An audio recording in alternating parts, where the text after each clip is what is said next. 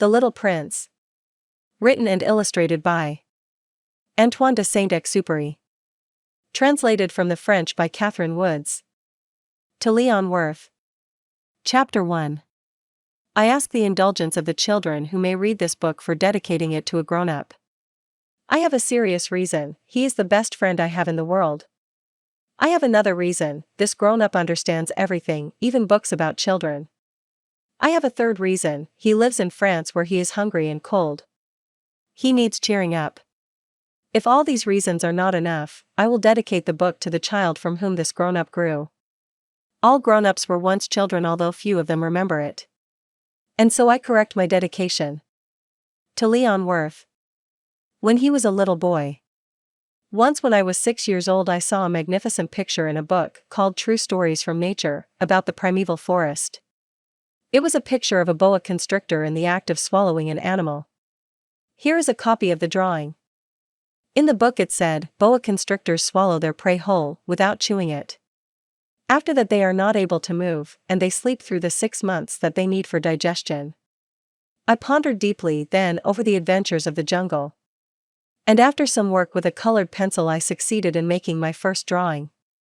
My drawing number 1. It looked like this.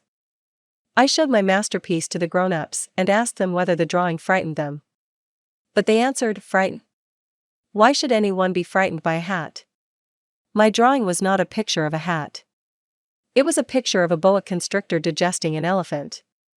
But since the grown-ups were not able to understand it, I made another drawing. I drew the inside of the boa constrictor, so that the grown-ups could see it clearly. They always need to have things explained. My drawing number 2 looked like this. The grown-up's response, this time, was to advise me to lay aside my drawings of boa constrictors, whether from the inside or the outside, and devote myself instead to geography, history, arithmetic and grammar. That is why, at the age of 6, I gave up what might have been a magnificent career as a painter. I had been disheartened by the failure of my drawing number 1 and my drawing number 2. Grown-ups never understand anything by themselves, and it is tiresome for children to be always and forever explaining things to them. So then I chose another profession, and learned to pilot airplanes. I have flown a little over all parts of the world, and it is true that geography has been very useful to me. At a glance I can distinguish China from Arizona. If one gets lost in the night, such knowledge is valuable. In the course of this life I have had a great many encounters with a great many people who have been concerned with matters of consequence. I have lived a great deal among grown-ups. I have seen them intimately, close at hand. And that hasn't much improved my opinion of them.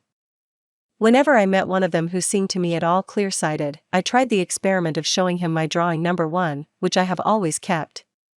I would try to find out, so, if this was a person of true understanding.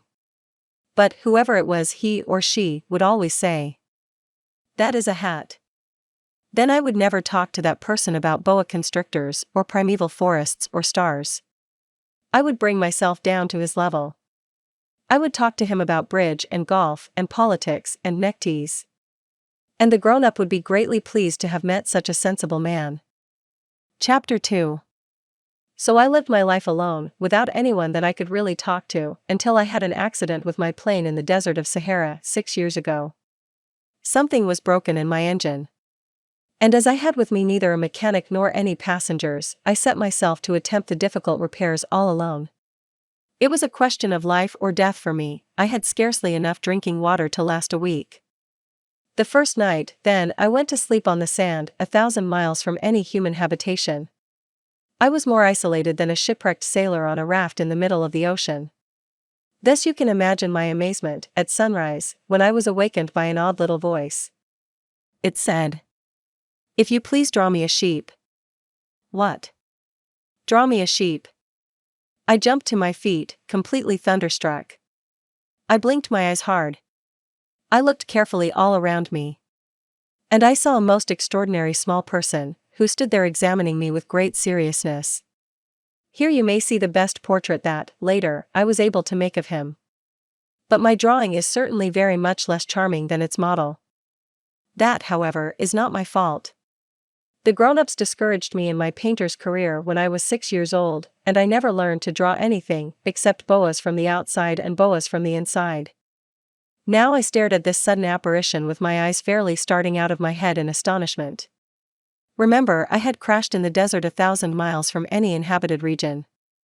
And yet my little man seemed neither to be straying uncertainly among the sands, nor to be fainting from fatigue or hunger or thirst or fear. Nothing about him gave any suggestion of a child lost in the middle of the desert, 1,000 miles from any human habitation. When at last I was able to speak, I said to him, "But what are you doing here?"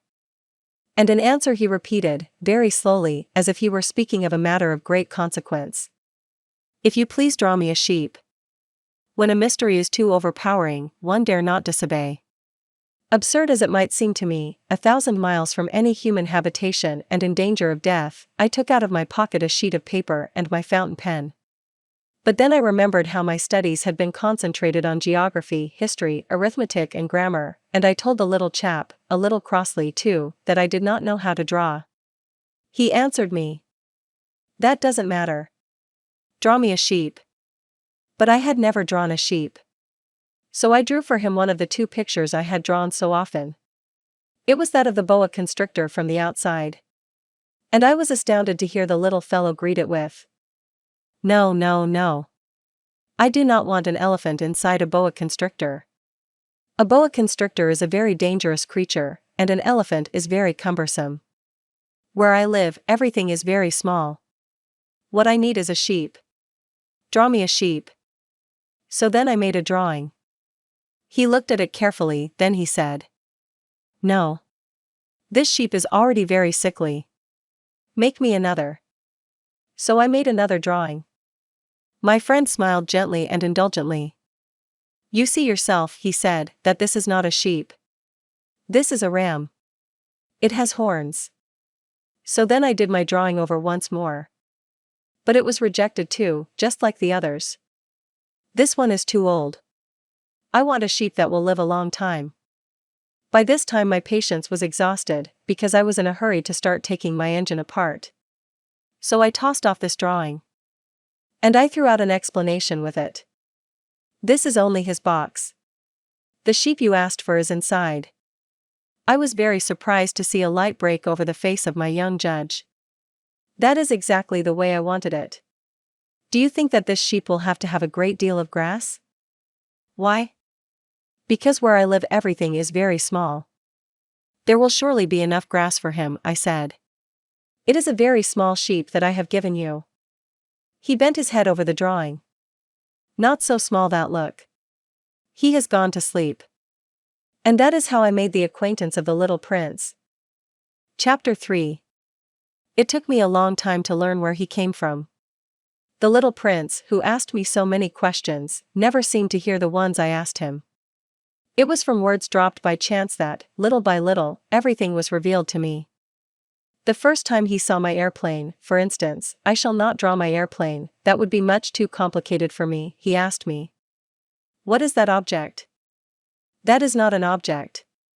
It flies." "It is an airplane." "It is my airplane." And I was proud to have him learn that I could fly. He cried out, then, "What? You dropped down from the sky?" "Yes," I answered modestly. "Oh, that is funny."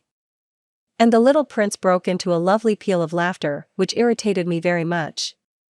I like my misfortunes to be taken seriously. Then he added, "So you too come from the sky. Which is your planet?" At that moment I caught a gleam of light in the impenetrable mystery of his presence, and I demanded, abruptly, "Do you come from another planet?" But he did not reply. He tossed his head gently, without taking his eyes from my plane. "It is true that on that you can't have come from very far away." And he sank into a reverie, which lasted a long time. Then, taking my sheep out of his pocket, he buried himself in the contemplation of his treasure. You can imagine how my curiosity was aroused by this half-confidence about the other planets. I made a great effort, therefore, to find out more on this subject. "My little man, where do you come from? What is this where I live of which you speak? Where do you want to take your sheep?" After a reflective silence he answered, "The thing that is so good about the box you have given me is that at night he can use it as his house." That is so. And if you are good, I will give you a string, too, so that you can tie him during the day, and a post to tie him to. But the little prince seemed shocked by this offer. Tie him? What a queer idea. But if you don't tie him, I said, he will wander off somewhere and get lost. My friend broke into another peal of laughter. But where do you think he would go? Anywhere. Straight ahead of him. Then the little prince said, earnestly, that doesn't matter. Where I live, everything is so small. And, with perhaps a hint of sadness, he added, straight ahead of him, nobody can go very far. Chapter 4. I had thus learned a second fact of great importance. This was that the planet the little prince came from was scarcely any larger than a house. But that did not really surprise me much. I knew very well that in addition to the great planets such as the Earth, Jupiter, Mars, Venus, to which we have given names, there are also hundreds of others, some of which are so small that one has a hard time seeing them through the telescope. When an astronomer discovers one of these, he does not give it a name, but only a number. He might call it, for example, asteroid 325. I have serious reason to believe that the planet from which the little prince came is the asteroid known as B612. This asteroid has only once been seen through the telescope. That was by a Turkish astronomer in 1909. On making his discovery, the astronomer had presented it to the International Astronomical Congress in a great demonstration.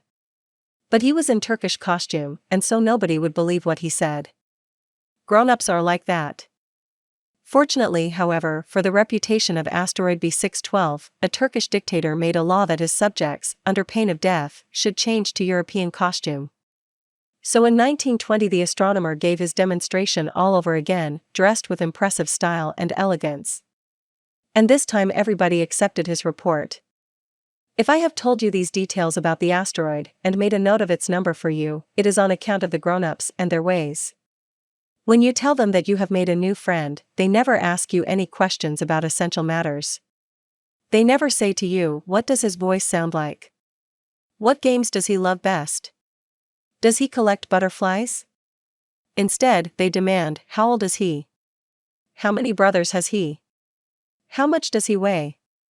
How much money does his father make? Only from these figures do they think they have learned anything about him. If you were to say to the grown-ups, I saw a beautiful house made of rosy brick, with geraniums in the windows and doves on the roof, they would not be able to get any idea of that house at all. You would have to say to them, I saw a house that cost $20,000. Then they would exclaim, oh, what a pretty house that is. Just so, you might say to them, the proof that the little prince existed is that he was charming, that he laughed, and that he was looking for a sheep. If anybody wants a sheep, that is a proof that he exists. And what good would it do to tell them that? They would shrug their shoulders and treat you like a child. But if you said to them, the planet he came from is asteroid B612, then they would be convinced, and leave you in peace from their questions. They are like that. One must not hold it against them. Children should always show great forbearance toward grown-up people. For I do not want anyone to read my book carelessly. I have suffered too much grief in setting down these memories. 6 years have already passed since my friend went away from me, with his sheep. If I try to describe him here, it is to make sure that I shall not forget him. To forget a friend is sad. Not everyone has had a friend. And if I forget him, I may become like the grown-ups who are no longer interested in anything but figures. It is for that purpose, again, that I have bought a box of paints and some pencils. It is hard to take up drawing again at my age, when I have never made any pictures except those of the boa constrictor from the outside and the boa constrictor from the inside, since I was 6. I shall certainly try to make my portraits as true to life as possible. But I am not at all sure of success. One drawing goes along all right, and another has no resemblance to its subject. I make some errors, too, in the little prince's height. In one place he is too tall and in another too short. And I feel some doubts about the color of his costume. So I fumble along as best I can, now good, now bad, and I hope generally fair to middling. In certain more important details I shall make mistakes, also. But that is something that will not be my fault. My friend never explained anything to me. He thought, perhaps, that I was like himself. but I, alas, do not know how to see sheep through the walls of boxes. Perhaps I am a little like the grown-ups. I have had to grow old. Chapter 5. As each day passed, I would learn, in our talk, something about the little prince's planet, his departure from it, his journey. The information would come very slowly, as it might chance to fall from his thoughts. It was in this way that I heard, on the third day, about the catastrophe of the baobabs. This time, once more, I had the sheep to thank for it. For the little prince asked me abruptly, as if seized by a grave doubt, "It is true, isn't it, that sheep eat little bushes?" "Yes, that is true." "Ah. I am glad." I did not understand why it was so important that sheep should eat little bushes. But the little prince added, "Then it follows that they also eat baobabs." I pointed out to the little prince that baobabs were not little bushes, but, on the contrary, trees as big as castles, and that even if he took a whole herd of elephants away with him, the herd would not eat up one single baobab. The idea of the herd of elephants made the little prince laugh. "We would have to put them one on top of the other," he said. But he made a wise comment. "Before they grow so big, the baobabs start out by being little." "That is strictly correct," I said. "But why do you want the sheep to eat the little baobabs?" He answered me at once, "Oh, come, as if he were speaking of something that was self-evident." And I was obliged to make a great mental effort to solve this problem, without any assistance. Indeed, as I learned, there were on the planet where the little prince lived, as on all planets, good plants and bad plants. In consequence, there were good seeds from good plants, and bad seeds from bad plants. But seeds are invisible. They sleep deep in the heart of the earth's darkness, until someone among them is seized with the desire to awaken. Then this little seed will stretch itself, and begin timidly at first to push a charming little sprig inoffensively upward toward the sun. If it is only a sprout of radish or the sprig of a rosebush, one would let it grow wherever it might wish. But when it is a bad plant, one must destroy it as soon as possible, the very first instant that one recognizes it. Now there were some terrible seeds on the planet that was the home of the little prince, and these were the seeds of the baobab. The soil of that planet was infested with them. A baobab is something you will never be able to get rid of if you attend to it too late. It spreads over the entire planet. It bores clear through it with its roots. And if the planet is too small, and the baobabs are too many, they split it in pieces. "It is a question of discipline," the little prince said to me later on. "When you've finished your own toilet in the morning, then it is time to attend to the toilet of your planet, just so, with the greatest care. You must see to it that you pull up regularly all the baobabs, at the very first moment when they can be distinguished from the rose bushes which they resemble so closely in their earliest youth. It is very tedious work," the little prince added, "but very easy." And one day he said to me, "You ought to make a beautiful drawing, so that the children where you live can see exactly how all this is. That would be very useful to them if they were to travel some day." Sometimes, he added, there is no harm in putting off a piece of work until another day. But when it is a matter of baobabs, that always means a catastrophe. I knew a planet that was inhabited by a lazy man. He neglected 3 little bushes.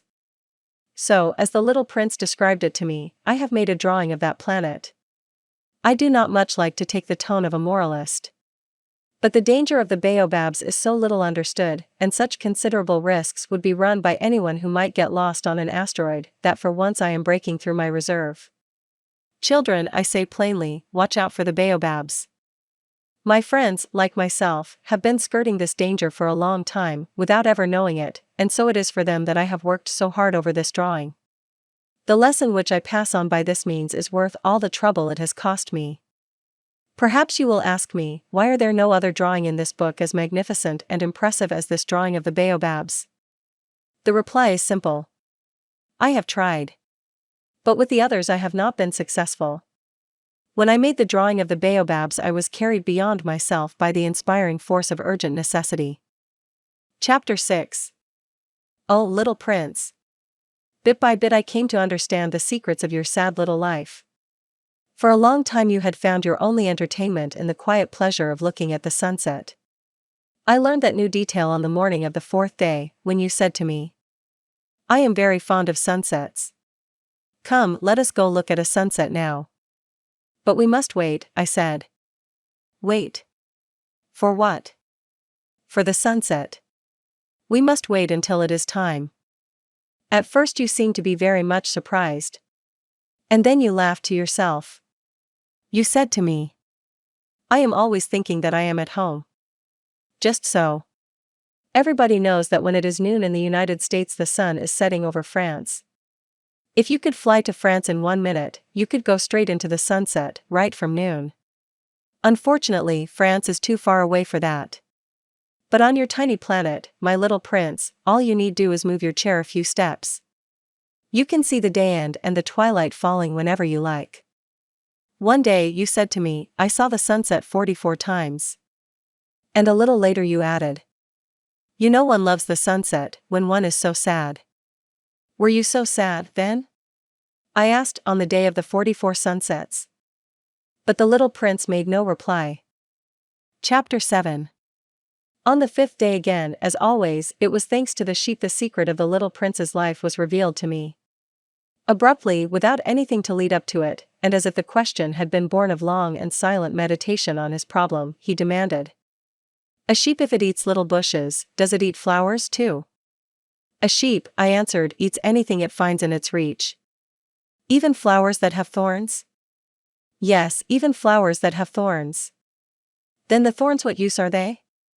I did not know. At that moment I was very busy trying to unscrew a bolt that had got stuck in my engine.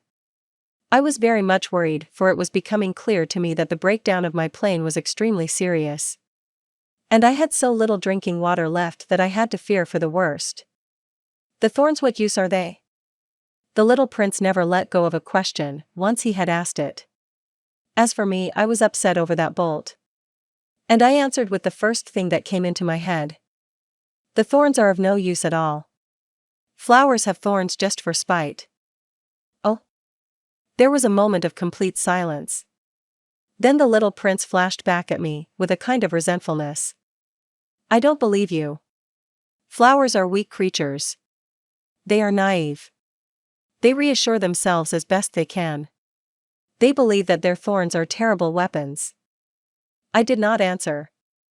At that instant I was saying to myself, if this bolt still won't turn, I am going to knock it out with the hammer. Again the little prince disturbed my thoughts. And you actually believe that the flowers? Oh no. I cried. No, no, no. I don't believe anything. I answered you with the first thing that came into my head. Don't you see I am very busy with matters of consequence? He stared at me, thunderstruck. Matters of consequence. He looked at me there with my hammer in my hand, my fingers black with engine grease, bending down over an object which seemed to him extremely ugly. You talk just like the grown-ups. That made me a little ashamed. But he went on, relentlessly. You mix everything up together. You confuse everything. He was really very angry. He tossed his golden curls in the breeze. I know a planet where there is a certain red-faced gentleman. He has never smelled a flower. He has never looked at a star. He has never loved anyone. He has never done anything in his life but add up figures. And all day he says over and over, just like you, I am busy with matters of consequence. And that makes him swell up with pride. But he is not a man, he is a mushroom. A what? A mushroom. The little prince was now white with rage. The flowers have been growing thorns for millions of years. For millions of years the sheep have been eating them just the same. And is it not a matter of consequence to try to understand why the flowers go to so much trouble to grow thorns which are never of any use to them? Is the warfare between the sheep and the flowers not important? Is this not of more consequence than a fat red-faced gentleman's sons? And if I know I myself one flower which is unique in the world, which grows nowhere but on my planet, but which one little sheep can destroy in a single bite some morning, without even noticing what he is doing, oh. You think that is not important? His face turned from white to red as he continued.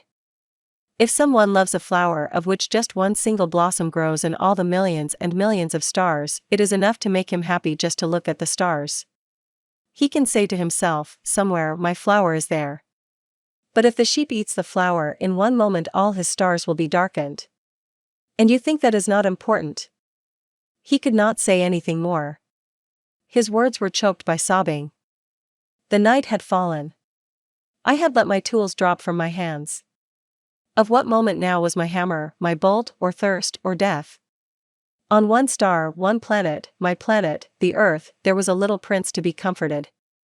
I took him in my arms and rocked him. I said to him, "The flower that you love is not in danger. I will draw you a muzzle for your sheep.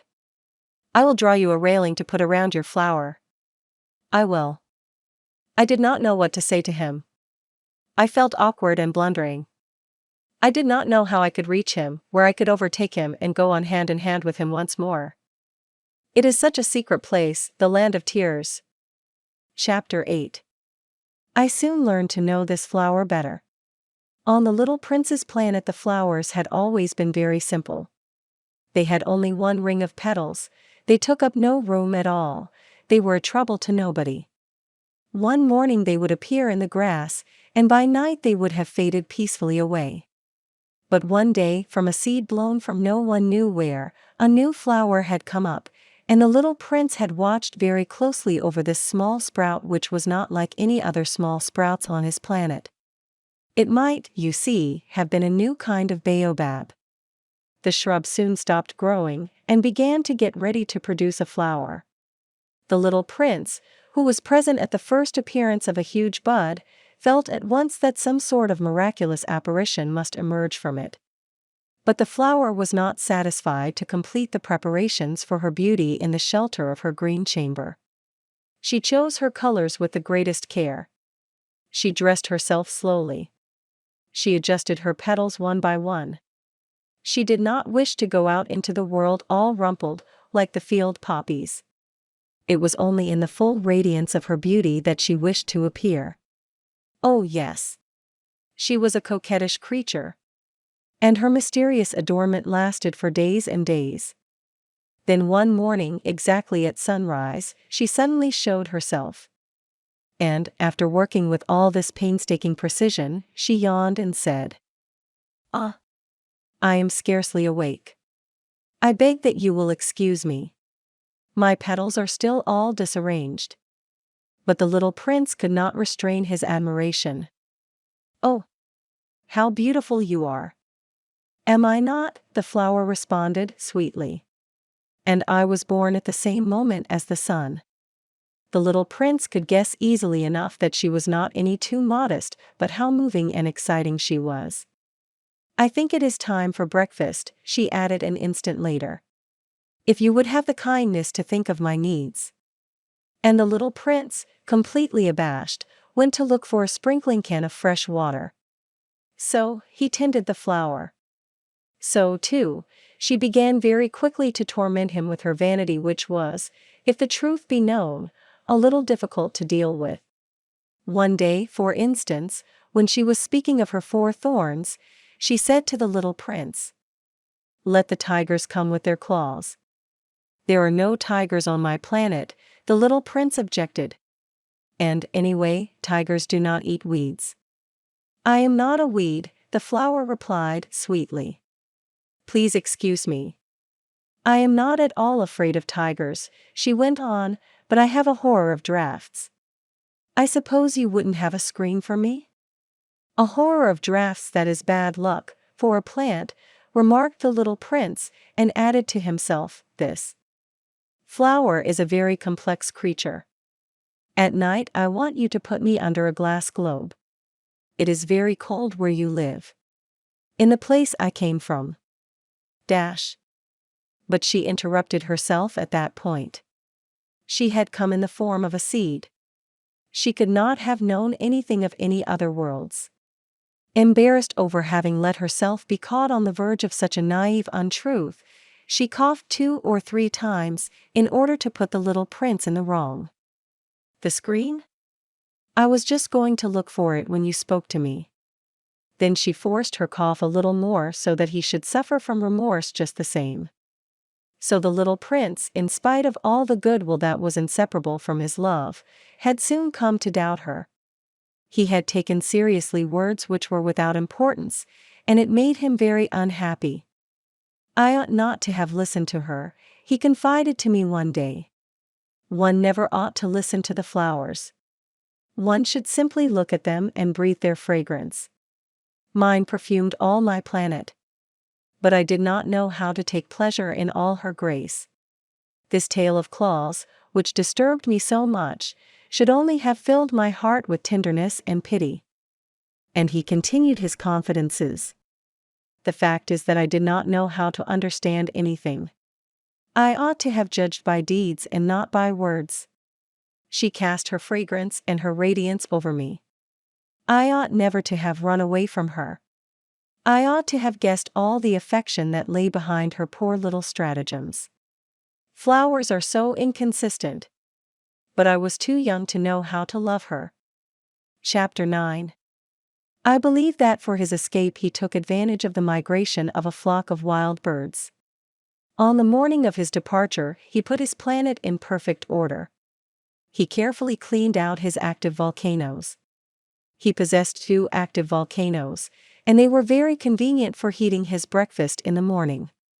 He also had 1 volcano that was extinct. But, as he said, one never knows. So he cleaned out the extinct volcano too.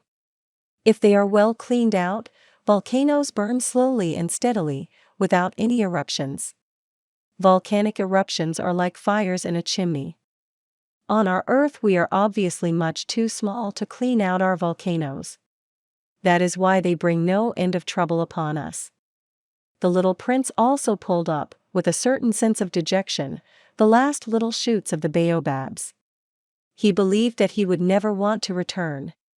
But on this last morning all these familiar tasks seemed very precious to him. And when he watered the flower for the last time, and prepared to place her under the shelter of her glass globe, he realized that he was very close to tears. "Goodbye," he said to the flower. But she made no answer. "Goodbye," he said again. The flower coughed.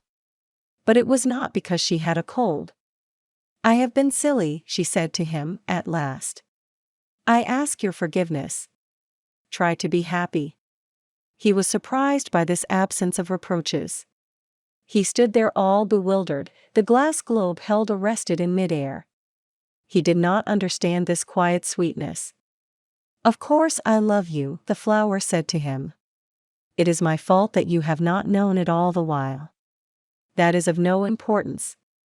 But you have been just as foolish as I. Try to be happy. Let the glass globe be. I don't want it any more. But the wind. My cold is not so bad as all that. The cool night air will do me good. I am a flower.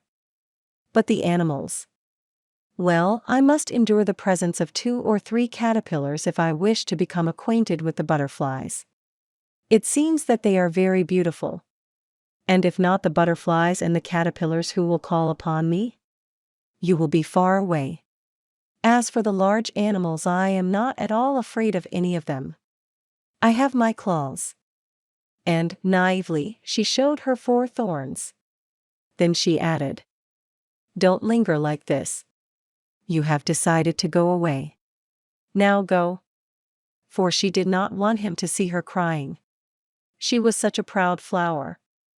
Chapter 10.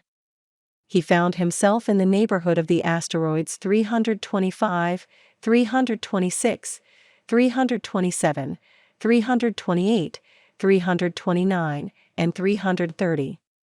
He began, therefore, by visiting them in order to add to his knowledge. The first of them was inhabited by a king. Clad in royal purple and ermine, he was seated upon a throne which was at the same time both simple and majestic. "Ah! Here is a subject," exclaimed the king, when he saw the little prince coming. And the little prince asked himself, how could he recognize me when he had never seen me before? He did not know how the world is simplified for kings. To them, all men are subjects. "Approach, so that I may see you better," said the king, who felt consumingly proud of being at last a king over somebody. The little prince looked everywhere to find a place to sit down, but the entire planet was crammed and obstructed by the king's magnificent ermine robe. So he remained standing upright, and, since he was tired, he yawned. It is contrary to etiquette to yawn in the presence of a king, the monarch said to him. I forbid you to do so. I can't help it. I can't stop myself, replied the little prince, thoroughly embarrassed. I have come on a long journey, and I have had no sleep. Ah, then, the king said. I order you to yawn. It is years since I have seen anyone yawning. Yawns, to me, are objects of curiosity. Come, now. Yawn again. It is an order. That frightens me. I cannot, any more, murmured the little prince, now completely abashed. Hum. Hum, replied the king. Then I order you sometimes to yawn and sometimes to. He sputtered a little and seemed vexed. For what the king fundamentally insisted upon was that his authority should be respected. He tolerated no disobedience. He was an absolute monarch. But because he was a very good man, he made his orders reasonable. If I ordered a general, he would say, by way of example, if I ordered a general to change himself into a sea bird, and if the general did not obey me, that would not be the fault of the general. It would be my fault. May I sit down? Came now a timid inquiry from the little prince. I order you to do so, the king answered him, and majestically gathered in a fold of his ermine mantle. But the little prince was wondering. The planet was tiny. Over what could this king really rule? Sire, he said to him, I beg that you will excuse my asking you a question. I order you to ask me a question, the king hastened to assure him. Sire, over what do you rule? Over everything, said the king, with magnificent simplicity. Over everything? The king made a gesture, which took in his planet, the other planets, and all the stars. Over all that? Asked the little prince. Over all that, the king answered. For his rule was not only absolute, it was also universal. And the stars obey you? Certainly they do, the king said. They obey instantly. I do not permit insubordination. Such power was a thing for the little prince to marvel at. If he had been master of such complete authority, he would have been able to watch the sunset, not 44 times in one day, but 72, or even 100, or even 200 times, without ever having to move his chair. And because he felt a bit sad as he remembered his little planet which he had forsaken, he plucked up his courage to ask the king a favor. I should like to see a sunset. Do me that kindness. Order the sun to set. If I ordered a general to fly from one flower to another like a butterfly, or to write a tragic drama, or to change himself into a sea bird, and if the general did not carry out the order that he had received, which one of us would be in the wrong? The king demanded. The general or myself? You, said the little prince firmly. Exactly. One must require from each one the duty which each one can perform, the king went on. Accepted authority rests first of all on reason. If you ordered your people to go and throw themselves into the sea, they would rise up in revolution. I have the right to require obedience because my orders are reasonable. Then my sunset, the little prince reminded him, for he never forgot a question once he had asked it. You shall have your sunset. I shall command it. But according to my science of government, I shall wait until conditions are favorable. When will that be? Inquired the little prince. Hum. Hum, replied the king, and before saying anything else he consulted a bulky almanac. Hum. Hum. That will be about that will be this evening about 20 minutes to 8. And you will see how well I am obeyed. The little prince yawned. He was regretting his lost sunset. And then, too, he was already beginning to be a little bored. I have nothing more to do here, he said to the king. So I shall set out on my way again. Do not go, said the king, who was very proud of having a subject. Do not go. I will make you a minister. Minister of what? Minister of justice. but there is nobody here to judge." "We do not know that," the king said to him.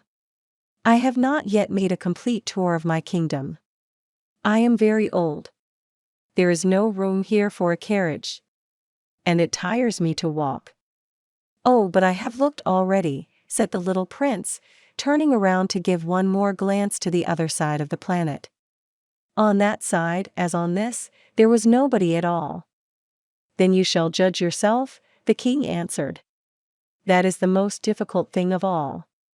It is much more difficult to judge oneself than to judge others. If you succeed in judging yourself rightly, then you are indeed a man of true wisdom." "Yes," said the little prince, "but I can judge myself anywhere. I do not need to live on this planet."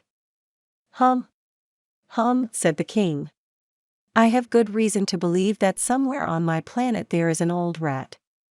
I hear him at night. You can judge this old rat. From time to time you will condemn him to death. Thus his life will depend on your justice. But you will pardon him on each occasion, for he must be treated thriftily. He is the only one we have." "I," replied the little prince, "do not like to condemn anyone to death. And now I think I will go on my way."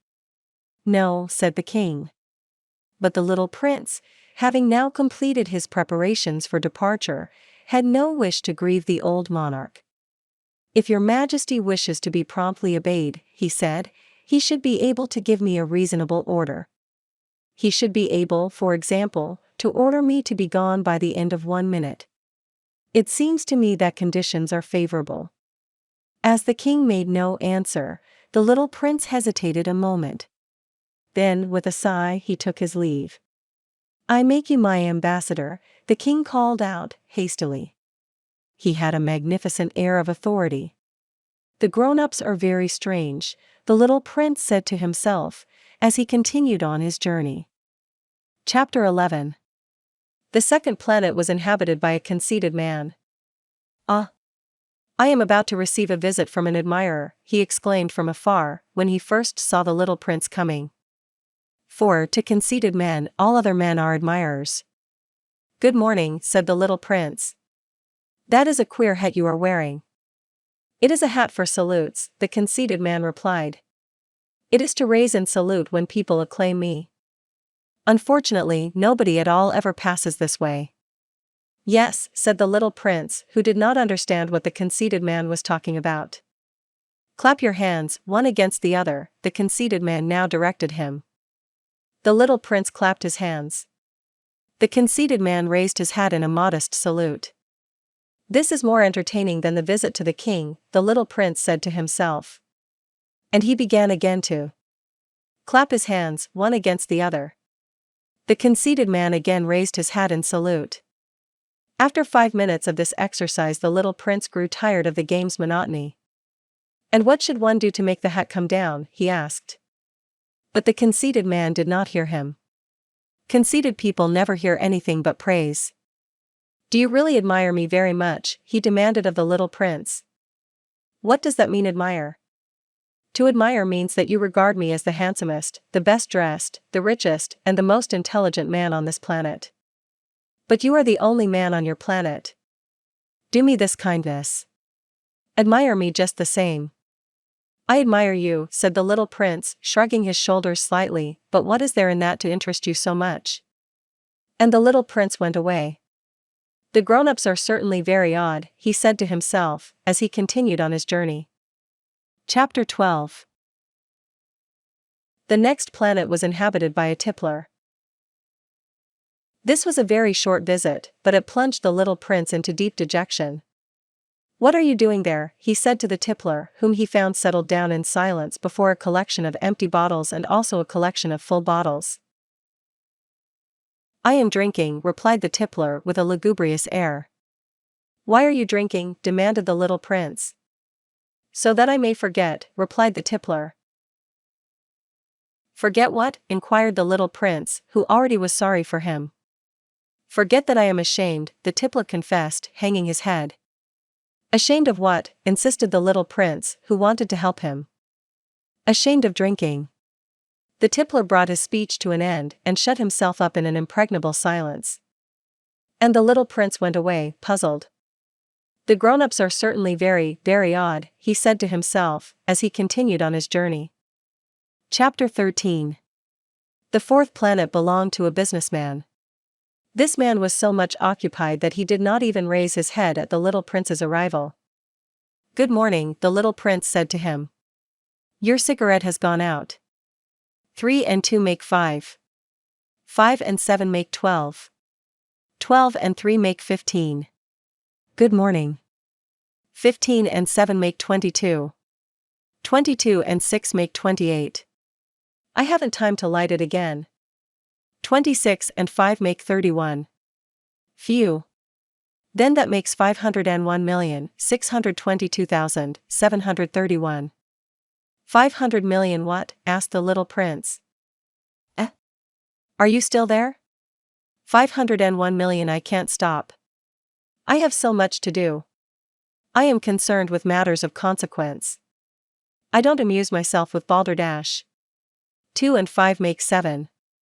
501 million what? Repeated the little prince, who never in his life had let go of a question once he had asked it.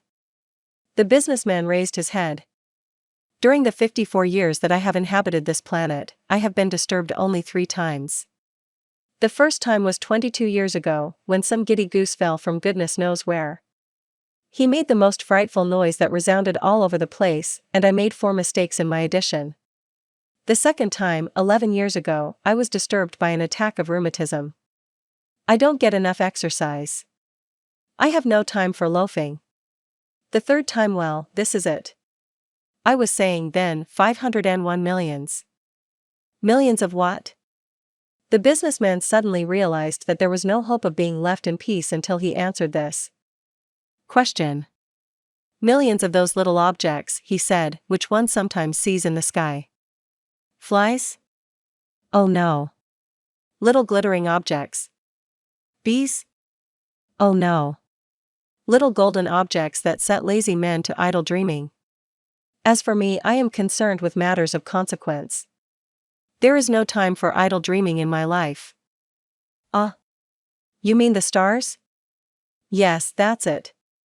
The stars. And what do you do with 500 millions of stars? 501,622,731. I am concerned with matters of consequence, I am accurate. And what do you do with these stars? What do I do with them? Yes. Nothing. I own them. You own the stars? Yes. But I have already seen a king who. Kings do not own, they reign over. It is a very different matter. And what good does it do you to own the stars? It does me the good of making me rich. And what good does it do you to be rich? It makes it possible for me to buy more stars if any are discovered. This man, the little prince said to himself, reasons a little like my poor tippler. Nevertheless, he still had some more questions. How is it possible for one to own the stars? To whom do they belong? The businessman retorted peevishly. I don't know. To nobody. Then they belong to me, because I was the first person to think of it. Is that all that is necessary? Certainly. When you find a diamond that belongs to nobody, it is yours.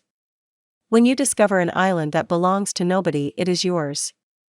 When you get an idea before anyone else, you take out a patent on it, it is yours. So with me, I own the stars, because nobody else before me ever thought of owning them. Yes, that is true, said the little prince. And what do you do with them? I administer them, replied the businessman. I count them and recount them. It is difficult. But I am a man who is naturally interested in matters of consequence. The little prince was still not satisfied. If I owned a silk scarf, he said, I could put it around my neck and take it away with me. If I owned a flower, I could pluck that flower and take it away with me. But you cannot pluck the stars from heaven. No. But I can put them in the bank. Whatever does that mean? That means that I write the number of my stars on a little paper. And then I put this paper in a drawer and lock it with a key. And that is all?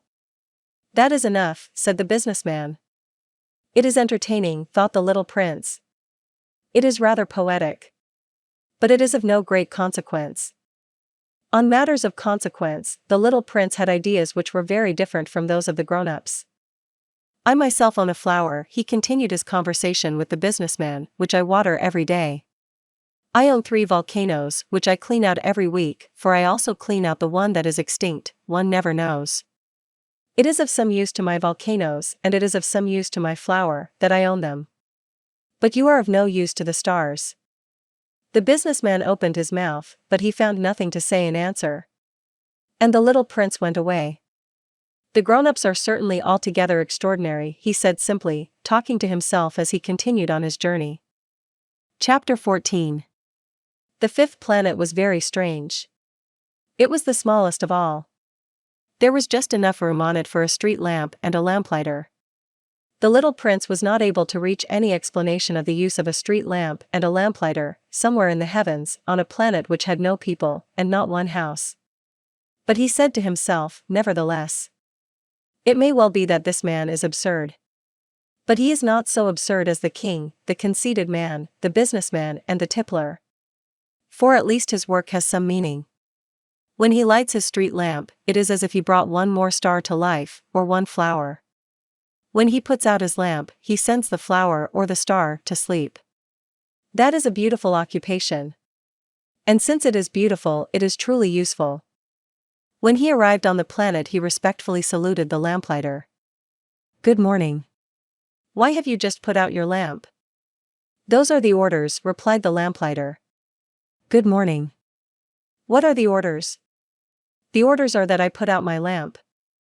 Good evening. And he lighted his lamp again. But why have you just lighted it again? Those are the orders, replied the lamplighter. I do not understand, said the little prince. There is nothing to understand, said the lamplighter. Orders are orders. Good morning. And he put out his lamp. Then he mopped his forehead with a handkerchief decorated with red squares. I follow a terrible profession. In the old days it was reasonable. I put the lamp out in the morning, and in the evening I lighted it again. I had the rest of the day for relaxation and the rest of the night for sleep. And the orders have been changed since that time. The orders have not been changed, said the lamplighter. That is the tragedy. From year to year the planet has turned more rapidly and the orders have not been changed. Then what? Asked the little prince. Then the planet now makes a complete turn every minute, and I no longer have a single second for repose. Once every minute I have to light my lamp and put it out. That is very funny. A day lasts only 1 minute, here where you live. It is not funny at all, said the lamplighter. While we have been talking together a month has gone by. A month? Yes, a month. 30 minutes. 30 days. Good evening. And he lighted his lamp again. As the little prince watched him, he felt that he loved this lamplighter who was so faithful to his orders. He remembered the sunsets which he himself had gone to seek in other days, merely by pulling up his chair, and he wanted to help his friend. You know, he said, I can tell you a way you can rest whenever you want to. I always want to rest, said the lamplighter. For it is possible for a man to be faithful and lazy at the same time. The little prince went on with his explanation.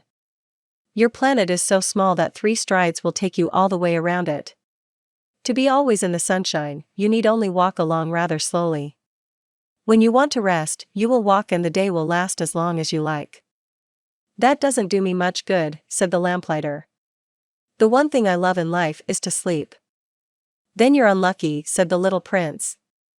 I am unlucky, said the lamplighter. Good morning. And he put out his lamp.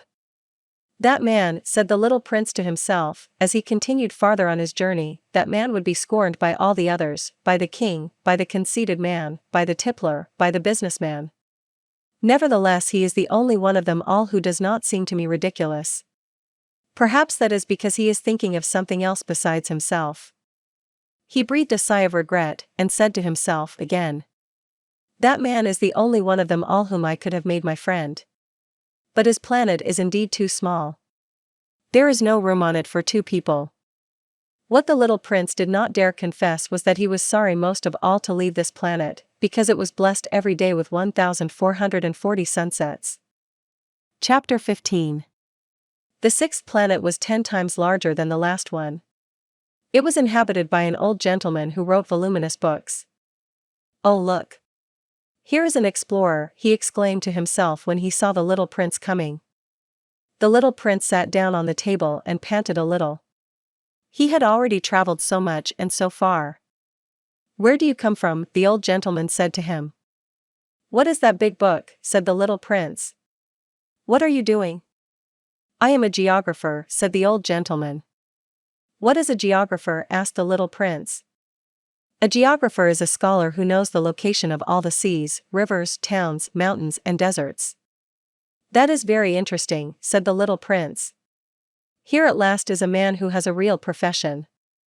And he cast a look around him at the planet of the geographer. It was the most magnificent and stately planet that he had ever seen. "Your planet is very beautiful," he said. "Has it any oceans?"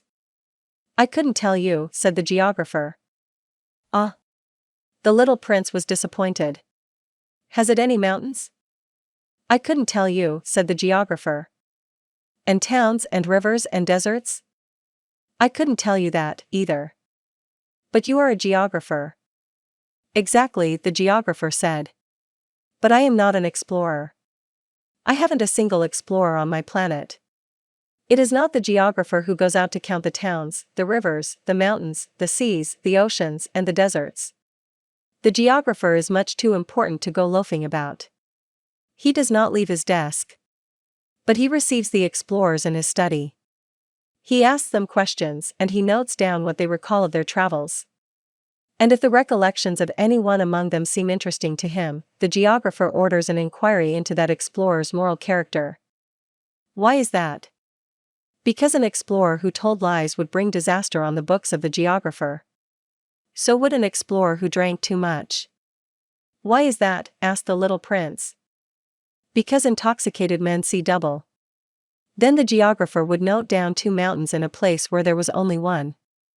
"I know someone," said the little prince, "who would make a bad explorer." "That is possible."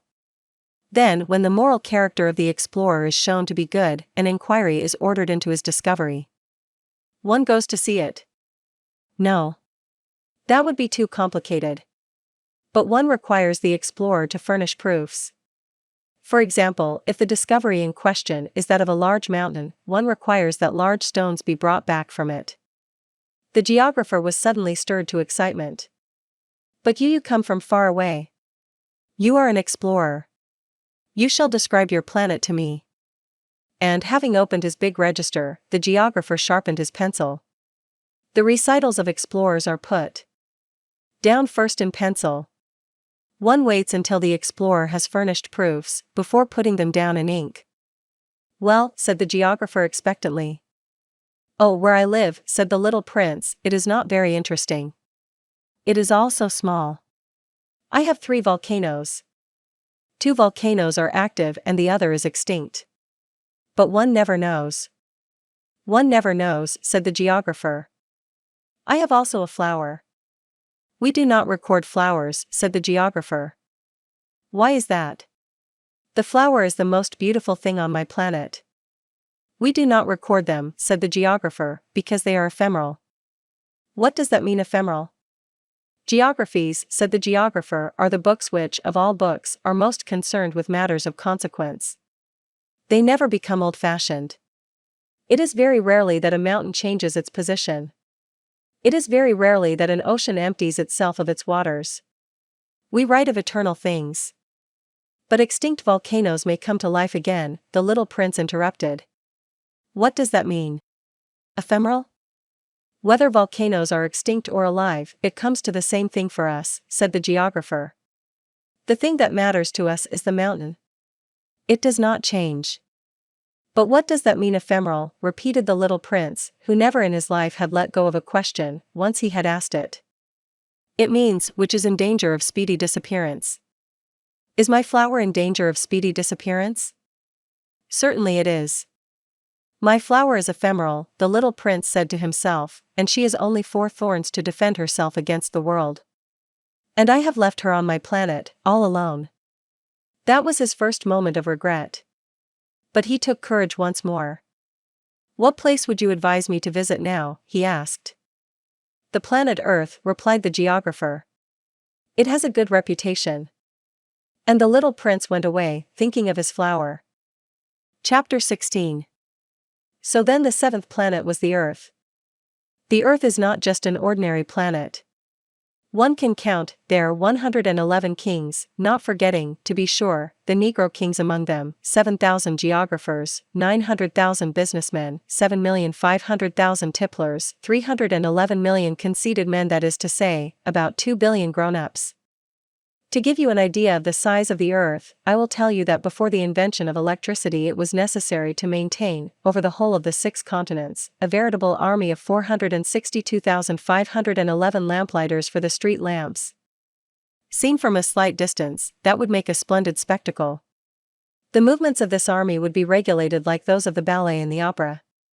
First would come the turn of the lamplighters of New Zealand and Australia. Having set their lamps alight, these would go off to sleep. Next, the lamplighters of China and Siberia would enter for their steps in the dance, and then they too would be waved back into the wings. After that would come the turn of the lamplighters of Russia and the Indies, then those of Africa and Europe, then those of South America, then those of South America, then those of North America. And never would they make a mistake in the order of their entry upon the stage. It would be magnificent. Only the man who was in charge of the single lamp at the North Pole, and his colleague who was responsible for the single lamp at the South Pole, only these two would live free from toil and care. They would be busy twice a year. Chapter 17. When one wishes to play the wit, he sometimes wanders a little from the truth. I have not been altogether honest in what I have told you about the lamplighters. And I realize that I run the risk of giving a false idea of our planet to those who do not know it. Men occupy a very small place upon the Earth.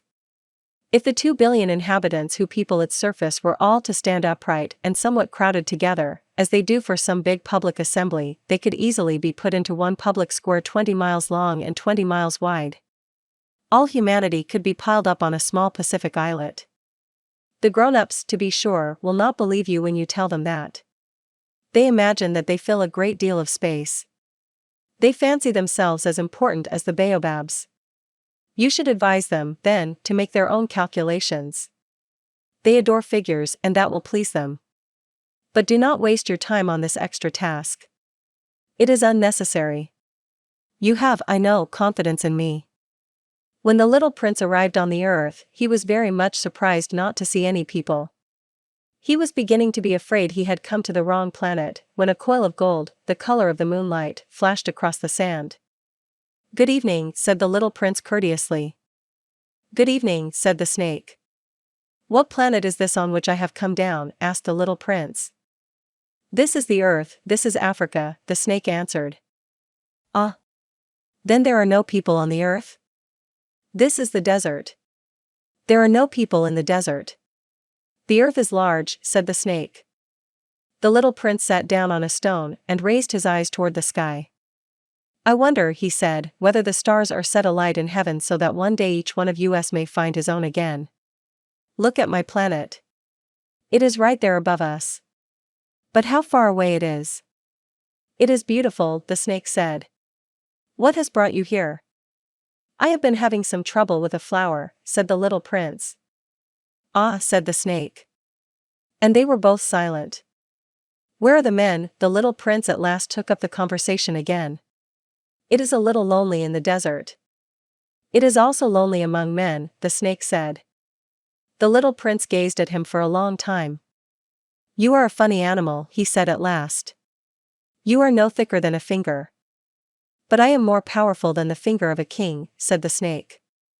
The little prince smiled. "You are not very powerful. You haven't even any feet. You cannot even travel." "I can carry you farther than any ship could take you," said the snake.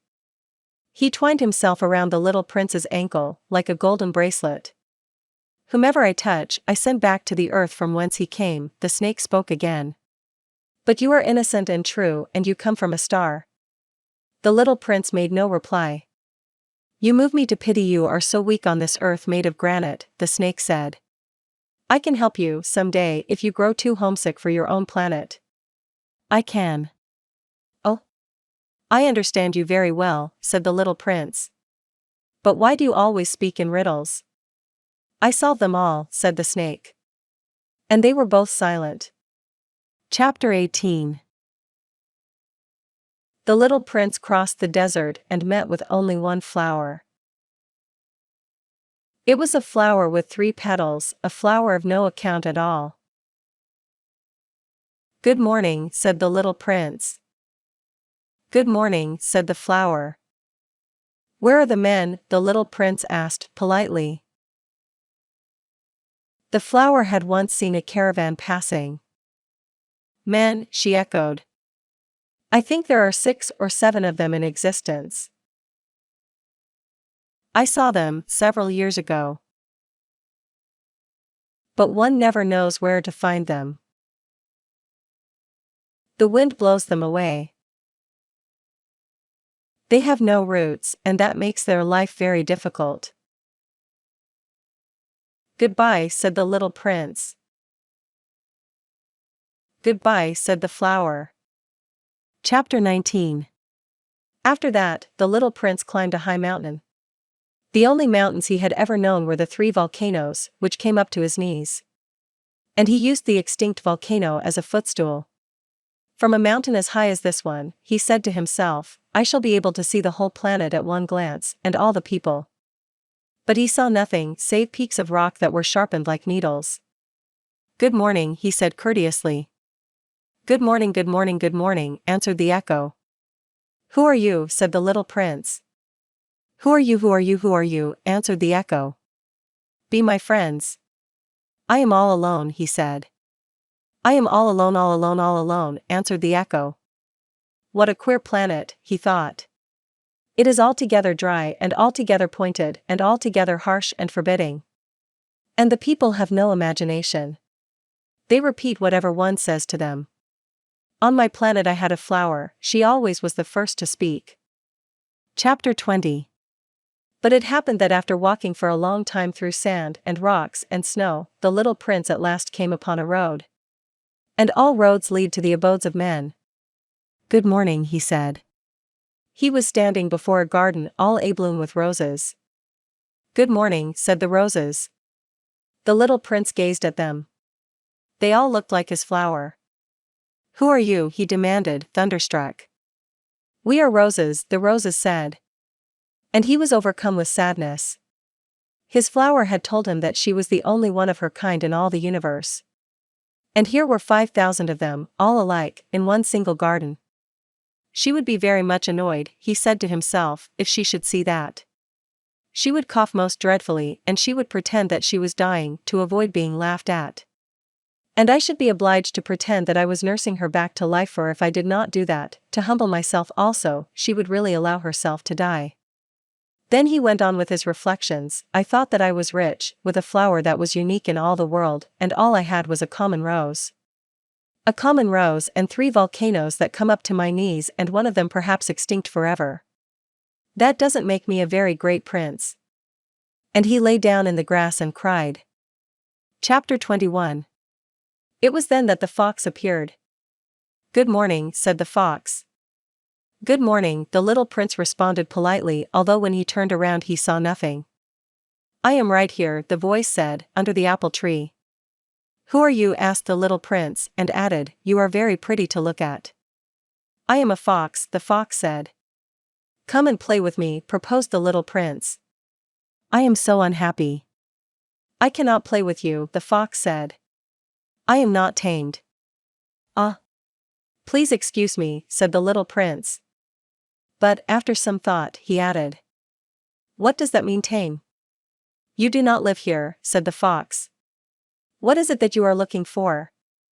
I am looking for men, said the little prince. What does that mean, tame? Men, said the fox. They have guns and they hunt. It is very disturbing. They also raise chickens. These are their only interests. Are you looking for chickens? No, said the little prince. I am looking for friends. What does that mean, tame? It is an act too often neglected, said the fox. It means to establish ties. To establish ties? Just that, said the fox.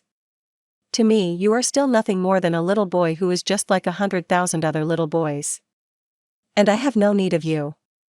And you, on your part, have no need of me. To you, I am nothing more than a fox like 100,000 other foxes. But if you tame me, then we shall need each other. To me, you will be unique in all the world. To you, I shall be unique in all the world. I am beginning to understand, said the little prince. There is a flower. I think that she has tamed me. It is possible, said the fox. On the earth one sees all sorts of things. Oh, but this is not on the earth, said the little prince. The fox seemed perplexed and very curious. On another planet? Yes. Are there hunters on that planet? No. Ah, that is interesting. Are there chickens? No. Nothing is perfect, sighed the fox. But he came back to his idea. My life is very monotonous, the fox said. I hunt chickens, men hunt me. All the chickens are just alike, and all the men are just alike. And, in consequence, I am a little bored. But if you tame me, it will be as if the sun came to shine on my life. I shall know the sound of a step that will be different from all the others. Other steps send me hurrying back underneath the ground. Yours will call me, like music, out of my burrow. And then look, you see the grain fields down yonder? I do not eat bread. Wheat is of no use to me. The wheat fields have nothing to say to me. And that is sad. But you have hair that is the color of gold. Think how wonderful that will be when you have tamed me. The grain, which is also golden, will bring me back the thought of you. And I shall love to listen to the wind in the wheat. The fox gazed at the little prince for a long time. Please tame me, he said. I want to, very much, the little prince replied. But I have not much time. I have friends to discover and a great many things to understand. One only understands the things that one tames, said the fox. Men have no more time to understand anything. They buy things already made at the shops. But there is no shop anywhere where one can buy friendship, and so men have no friends anymore. If you want a friend, tame me. What must I do to tame you? Asked the little prince. You must be very patient, replied the fox. First you will sit down at a little distance from me like that in the grass. I shall look at you out of the corner of my eye and you will say nothing. Words are the source of misunderstandings. But you will sit a little closer to me, every day. The next day the little prince came back. It would have been better to come back at the same hour, said the fox. If, for example, you come at 4 o'clock in the afternoon, then at 3 o'clock I shall begin to be happy. I shall feel happier and happier as the hour advances. At 4 o'clock, I shall already be worrying and jumping about. I shall show you how happy I am. But if you come at just any time, I shall never know at what hour my heart is to be ready to greet you. One must observe the proper rites. What is a rite? Asked the little prince. Those also are actions too often neglected, said the fox. They are what make one day different from other days, 1 hour from other hours. There is a rite, for example, among my hunters. Every Thursday they dance with the village girls. So Thursday is a wonderful day for me. I can take a walk as far as the vineyards. But if the hunters danced at just any time, every day would be like every other day, and I should never have any vacation at all. So the little prince tamed the fox. And when the hour of his departure drew near, "Ah," said the fox, "I shall cry." "It is your own fault," said the little prince. "I never wished you any sort of harm, but you wanted me to tame you." "Yes, that is so," said the fox. "But now you are going to cry," said the little prince. "Yes, that is so," said the fox. "Then it has done you no good at all." "It has done me good," said the fox, "because of the color of the wheat fields." And then he added, "Go and look again at the roses. You will understand now that yours is unique in all the world.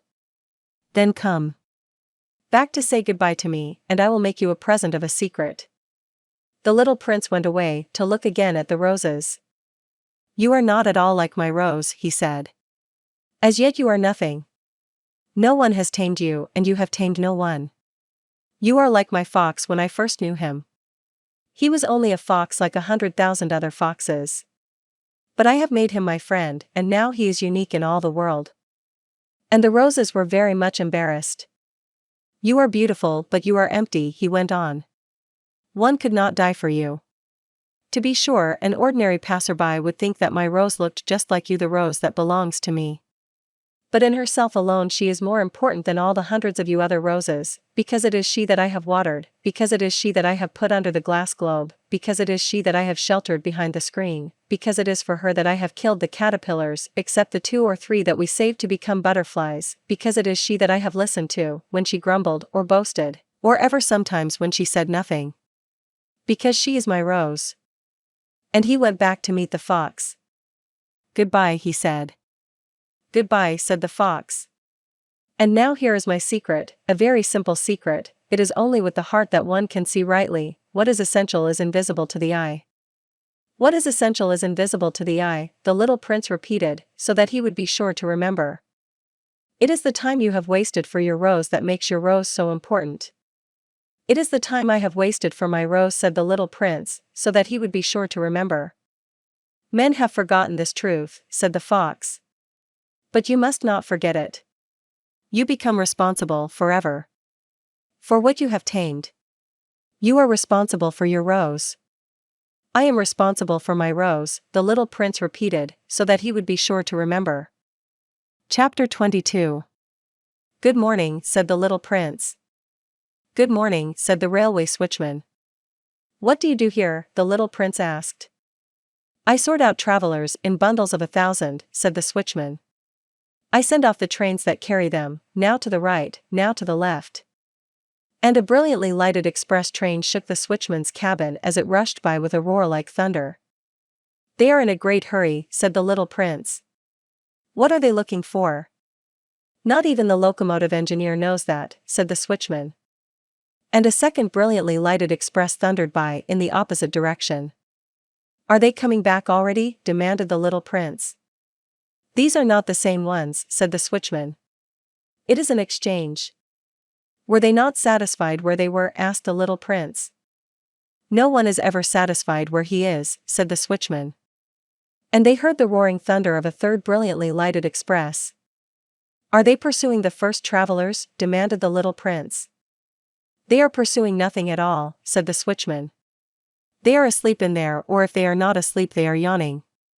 Only the children are flattening their noses against the window panes." "Only the children know what they are looking for," said the little prince. "They waste their time over a rag doll and it becomes very important to them, and if anybody takes it away from them, they cry." "They are lucky," the switchman said. Chapter 23. "Good morning," said the little prince. "Good morning," said the merchant. This was a merchant who sold pills that had been invented to quench thirst. You need only swallow 1 pill a week, and you would feel no need of anything to drink. "Why are you selling those?" asked the little prince. "Because they save a tremendous amount of time," said the merchant. "Computations have been made by experts. With these pills, you save 53 minutes in every week." "And what do I do with those 53 minutes?" "Anything you like." "As for me," said the little prince to himself, "if I had 53 minutes to spend as I liked, I should walk at my leisure toward a spring of fresh water." Chapter 24. It was now the 8th day since I had had my accident in the desert, and I had listened to the story of the merchant as I was drinking the last drop of my water supply. "Ah," I said to the little prince, "these memories of yours are very charming, but I have not yet succeeded in repairing my plane. I have nothing more to drink, and I, too, should be very happy if I could walk at my leisure toward a spring of fresh water." "My friend the fox," the little prince said to me. "My dear little man, this is no longer a matter that has anything to do with the fox." "Why not?" "Because I am about to die of thirst." He did not follow my reasoning, and he answered me. It is a good thing to have had a friend, even if one is about to die. I, for instance, am very glad to have had a fox as a friend. He has no way of guessing the danger, I said to myself. He has never been either hungry or thirsty. A little sunshine is all he needs. But he looked at me steadily and replied to my thought. I am thirsty too. Let us look for a well. I made a gesture of weariness. It is absurd to look for a well, at random, in the immensity of the desert. But nevertheless we started walking. When we had trudged along for several hours in silence, the darkness fell, and the stars began to come out. Thirst had made me a little feverish, and I looked at them as if I were in a dream. The little prince's last words came reeling back into my memory. Then you are thirsty too? I demanded. But he did not reply to my question. He merely said to me, water may also be good for the heart. I did not understand this answer, but I said nothing. I knew very well that it was impossible to cross-examine him. He was tired. He sat down. I sat down beside him. And, after a little silence, he spoke again. The stars are beautiful, because of a flower that cannot be seen. I replied, yes, that is so. And, without saying anything more, I looked across the ridges of sand that were stretched out before us in the moonlight. The desert is beautiful, the little prince added. And that was true. I have always loved the desert. One sits down on a desert sand dune, sees nothing, hears nothing. Yet through the silence something throbs and gleams. What makes the desert beautiful, said the little prince, is that somewhere it hides a well. I was astonished by a sudden understanding of that mysterious radiation of the sands. When I was a little boy I lived in an old house, and legend told us that a treasure was buried there. To be sure, no one had ever known how to find it, perhaps no one had ever even looked for it. But it cast an enchantment over that house. My home was hiding a secret in the depths of its heart. Yes, I said to the little prince. The house, the stars, the desert, what gives them their beauty is something that is invisible. I am glad, he said, that you agree with my fox. As the little prince dropped off to sleep, I took him in my arms and set out walking once more. I felt deeply moved and stirred. It seemed to me that I was carrying a very fragile treasure. It seemed to me, even, that there was nothing more fragile on all earth. In the moonlight I looked at his pale forehead, his closed eyes, his locks of hair that trembled in the wind, and I said to myself, what I see here is nothing but a shell. What is most important is invisible. As his lips opened slightly with the suspicion of a half-smile, I said to myself, again, what moves me so deeply, about this little prince who is sleeping here, is his loyalty to a flower, the image of a rose that shines through his whole being like the flame of a lamp, even when he is asleep. And I felt him to be more fragile still. I felt the need of protecting him, as if he himself were a flame that might be extinguished by a little puff of wind. And as I walked on so, I found the well, at daybreak. Chapter 25. Men, said the little prince, set out on their way in express trains, but they do not know what they are looking for. Then they rush about, and get excited, and turn round and round. And he added, it is not worth the trouble.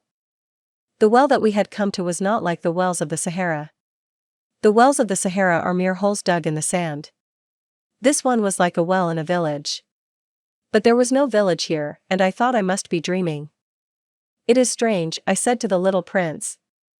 Everything is ready for use, the pulley, the bucket, the rope. He laughed, touched the rope, and set the pulley to working. And the pulley moaned, like an old weather vane which the wind has long since forgotten. Do you hear? Said the little prince. We have wakened the well, and it is singing. I did not want him to tire himself with the rope. Leave it to me, I said. It is too heavy for you. I hoisted the bucket slowly to the edge of the well and set it there, happy, tired as I was, over my achievement. The song of the pulley was still in my ears, and I could see the sunlight shimmer in the still trembling water. I am thirsty for this water, said the little prince. Give me some of it to drink. And I understood what he had been looking for. I raised the bucket to his lips. He drank, his eyes closed. It was as sweet as some special festival treat. This water was indeed a different thing from ordinary nourishment. Its sweetness was born of the walk under the stars, the song of the pulley, the effort of my arms. It was good for the heart, like a present. When I was a little boy, the lights of the Christmas tree, the music of the midnight mass, the tenderness of smiling faces, used to make up, so, the radiance of the gifts I received. The men where you live, said the little prince, raise 5,000 roses in the same garden and they do not find in it what they are looking for. They do not find it, I replied. And yet what they are looking for could be found in one single rose or in a little water. Yes, that is true, I said. And the little prince added. But the eyes are blind. One must look with the heart. I had drunk the water. I breathed easily. At sunrise the sand is the color of honey. And that honey color was making me happy too. What brought me, then, this sense of grief? You must keep your promise, said the little prince, softly, as he sat down beside me once more. What promise? You know, a muzzle for my sheep. I am responsible for this flower. I took my rough drafts of drawings out of my pocket. The little prince looked them over and laughed as he said. Your baobabs, they look a little like cabbages. Oh! I had been so proud of my baobabs. Your fox's ears look a little like horns, and they are too long. And he laughed again. You are not fair, little prince, I said. I don't know how to draw anything except boa constrictors from the outside and boa constrictors from the inside. Oh, that will be all right, he said, children understand. So then I made a pencil sketch of a muzzle. And as I gave it to him my heart was torn. You have plans that I do not know about, I said. But he did not answer me. He said to me instead. You know my descent to the earth. Tomorrow will be its anniversary. Then, after a silence, he went on. I came down very near here. And he flushed. And once again, without understanding why, I had a queer sense of sorrow. One question, however, occurred to me. Then it was not by chance that on the morning when I first met you a week ago you were strolling along like that, all alone, 1,000 miles from any inhabited region? You were on your back to the place where you landed? The little prince flushed again. And I added, with some hesitancy. Perhaps it was because of the anniversary? The little prince flushed once more. He never answered questions, but when one flushes, does that not mean? Yes? Ah, I said to him, I am a little frightened. But he interrupted me. Now you must work. You must return to your engine. I will be waiting for you here. Come back tomorrow evening. But I was not reassured. I remembered the fox. One runs the risk of weeping a little, if one lets himself be tamed. Chapter 26. Beside the well there was the ruin of an old stone wall. When I came back from my work, the next evening, I saw from some distance away my little Price sitting on top of a wall, with his feet dangling. And I heard him say, Then you don't remember. This is not the exact spot. Another voice must have answered him, for he replied to it. Yes, yes. It is the right day, but this is not the place. I continued my walk toward the wall. At no time did I see or hear anyone. The little prince, however, replied once again. Exactly. You will see where my track begins, in the sand. You have nothing to do but wait for me there. I shall be there tonight. I was only 20 meters from the wall, and I still saw nothing. After a silence the little prince spoke again. You have good poison. You are sure that it will not make me suffer too long? I stopped in my tracks, my heart torn asunder, but still I did not understand. Now go away, said the little prince. I want to get down from the wall. I dropped my eyes, then, to the foot of the wall and I leaped into the air. There before me, facing the little prince, was one of those yellow snakes that take just 30 seconds to bring your life to an end. Even as I was digging into my pocket to get out my revolver I made a running step back.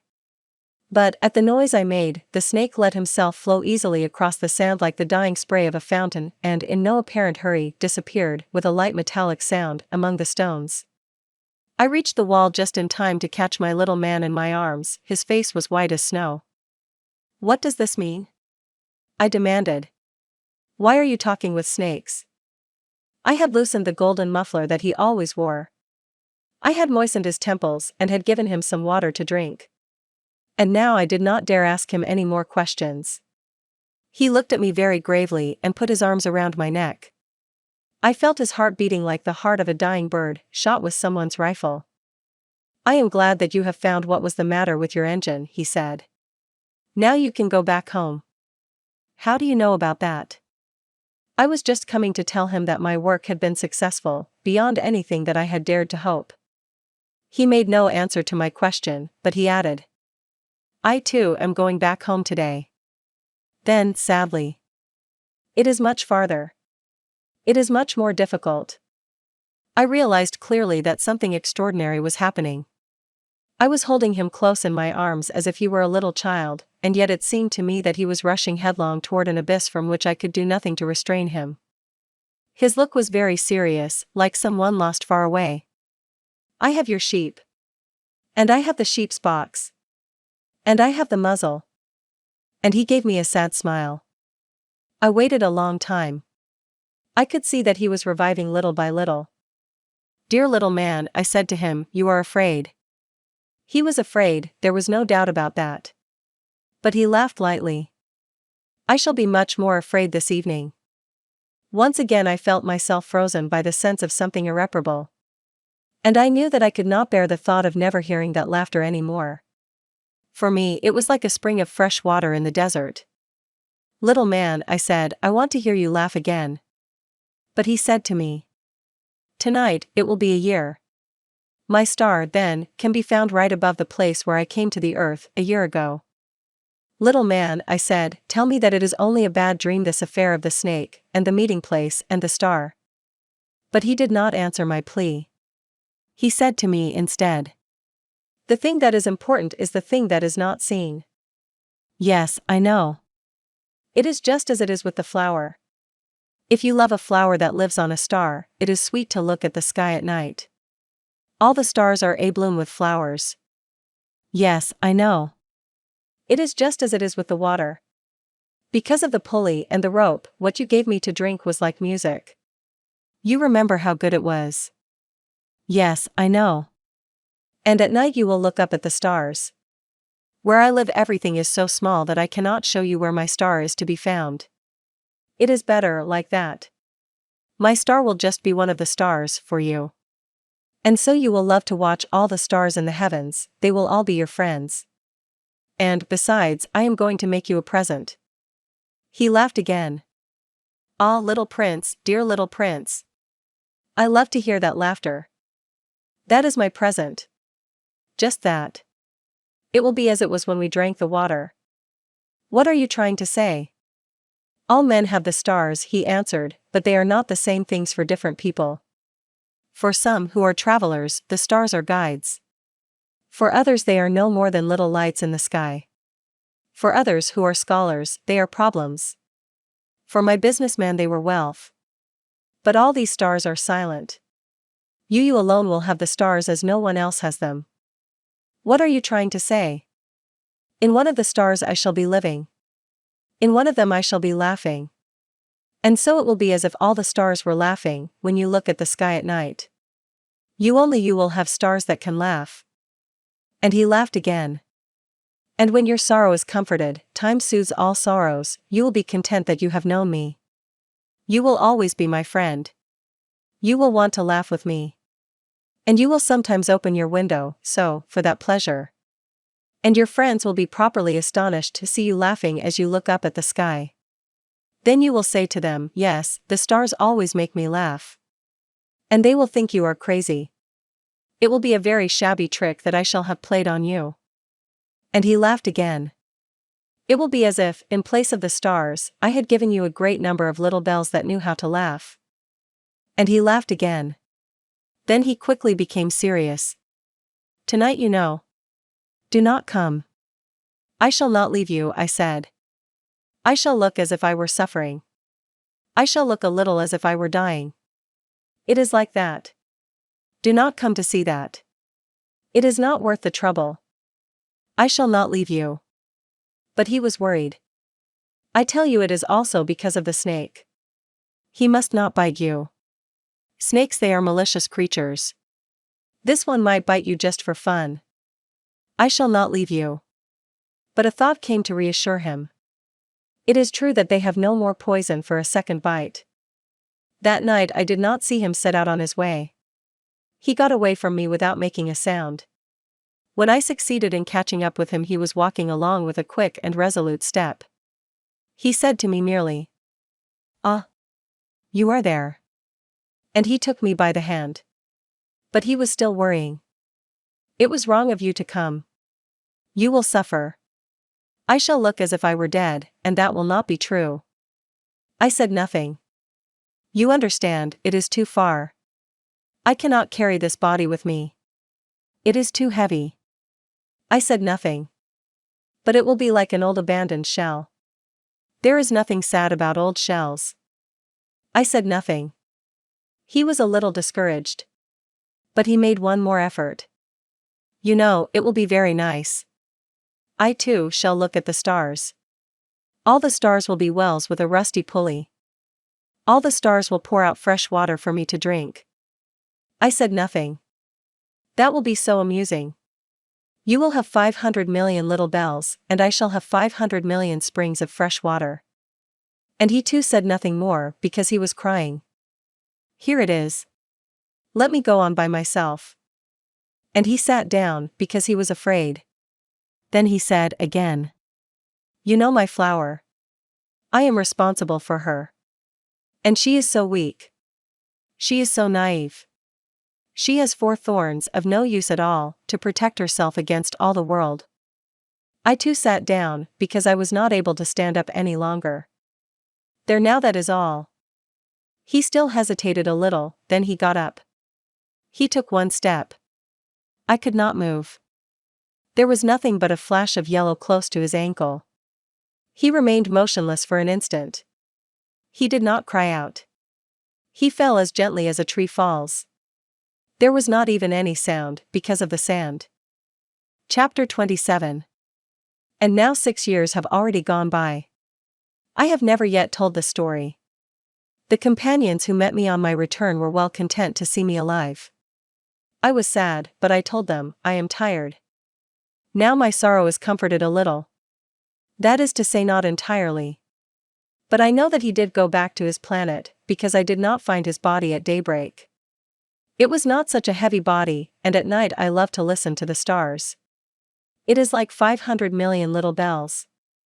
But there is one extraordinary thing: when I drew the muzzle for the little prince, I forgot to add the leather strap to it.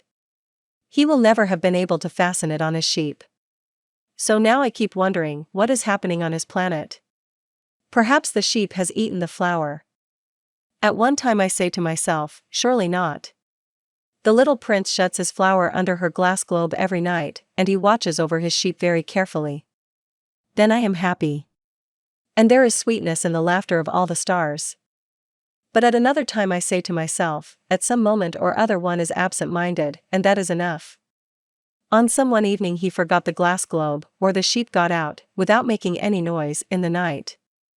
And then the little bells are changed to tears. Here, then, is a great mystery. For you who also love the little prince, and for me, nothing in the universe can be the same if somewhere, we do not know where, a sheep that we never saw has, yes or no, eaten a rose. Look up at the sky. Ask yourselves, is it yes or no? Has the sheep eaten the flower? And you will see how everything changes. And no grown-up will ever understand that this is a matter of so much importance.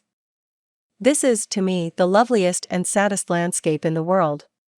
It is the same as that on the preceding page, but I have drawn it again to impress it on your memory. It is here that the little prince appeared on earth and disappeared. Look at it carefully so that you will be sure to recognize it in case you travel some day to the African desert. And, if you should come upon this spot, please do not hurry on. Wait for a time exactly under the star. Then, if a little man appears who laughs, who has golden hair and who refuses to answer questions, you will know who he is. If this should happen, please comfort me. Send me word that he has come back.